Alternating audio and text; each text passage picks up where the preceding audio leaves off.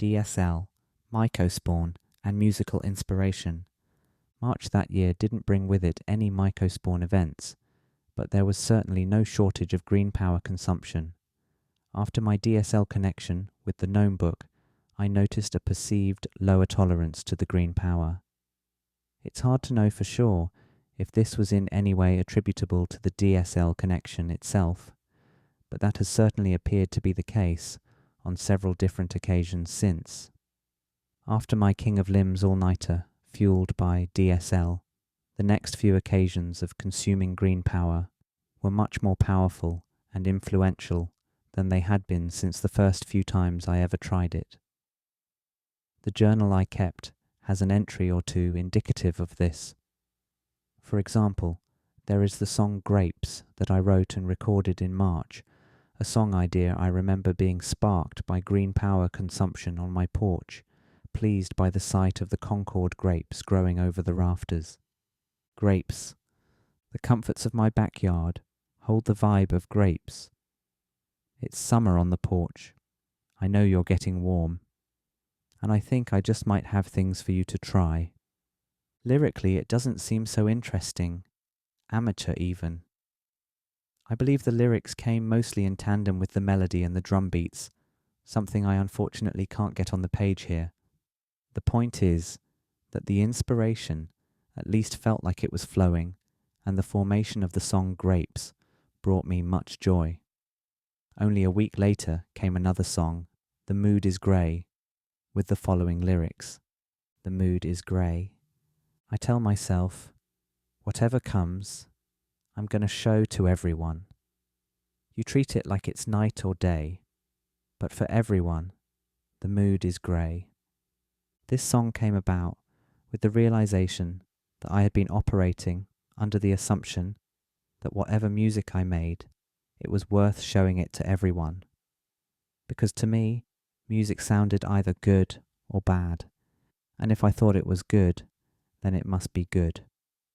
In other words, I was treating it like it's night or day, but the reality was that for everyone, the mood is grey.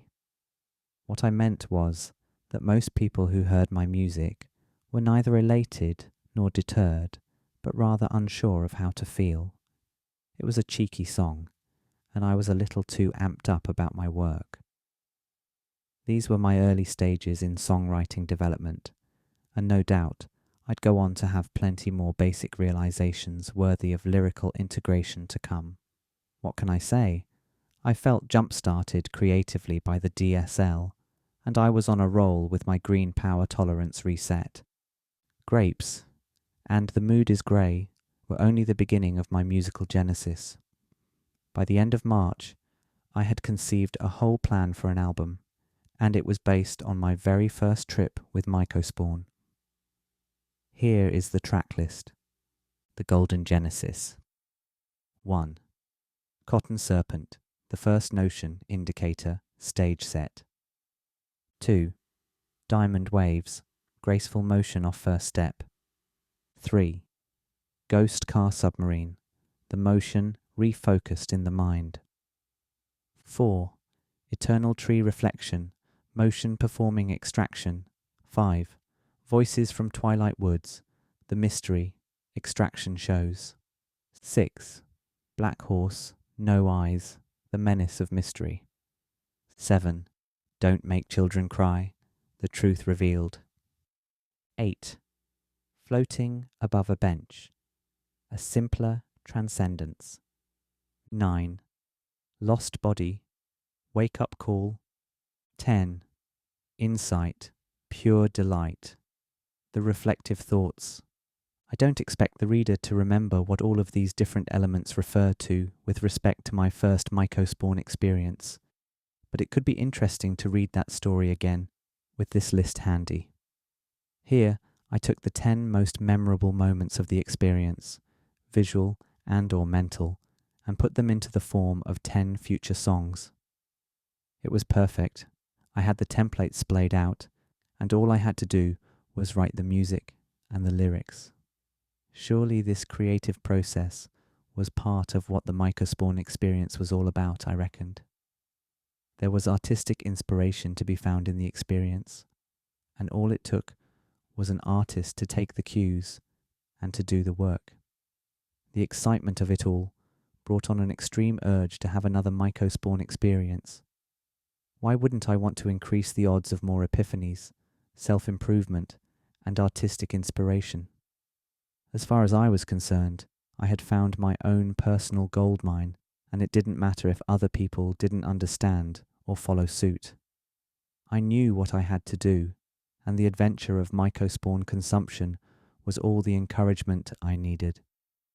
Around this time, the music and lyrics for the song Cotton Serpent came quickly. Unsurprisingly, I don't remember making it, but I remember pouring it out almost effortlessly as I rapidly churned out track by track.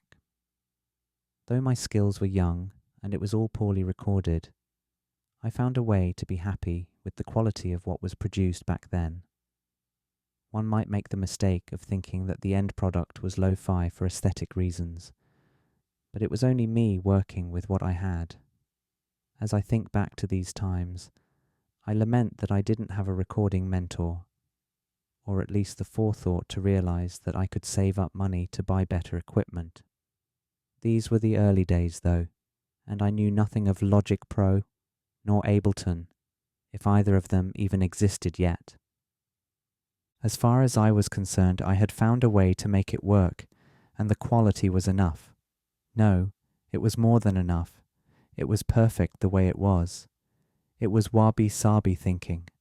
There was great perfection in the imperfections. In other words, some art wouldn't be nearly as good with its perceived imperfections perfected. One might ask, doesn't the presence of an imperfection always negate ultimate perfection? I believe the idea is that if these imperfections were to be ironed out to satisfy a notion of true perfection, then the art wouldn't come out as original, or even worthy of being considered close to the original piece. Creating with a wabi-sabi mentality can make or break you. If the masses don't like how it sounds, especially relative to the top 40 they listen to, then it really doesn't matter if your work is wabi-sabi. It's simply not good enough. If one plans to make money and a fan base from music solely on the grounds of some wabi-sabi aesthetics, they better be damn good aesthetics. But when they are, I find the final product more satisfying.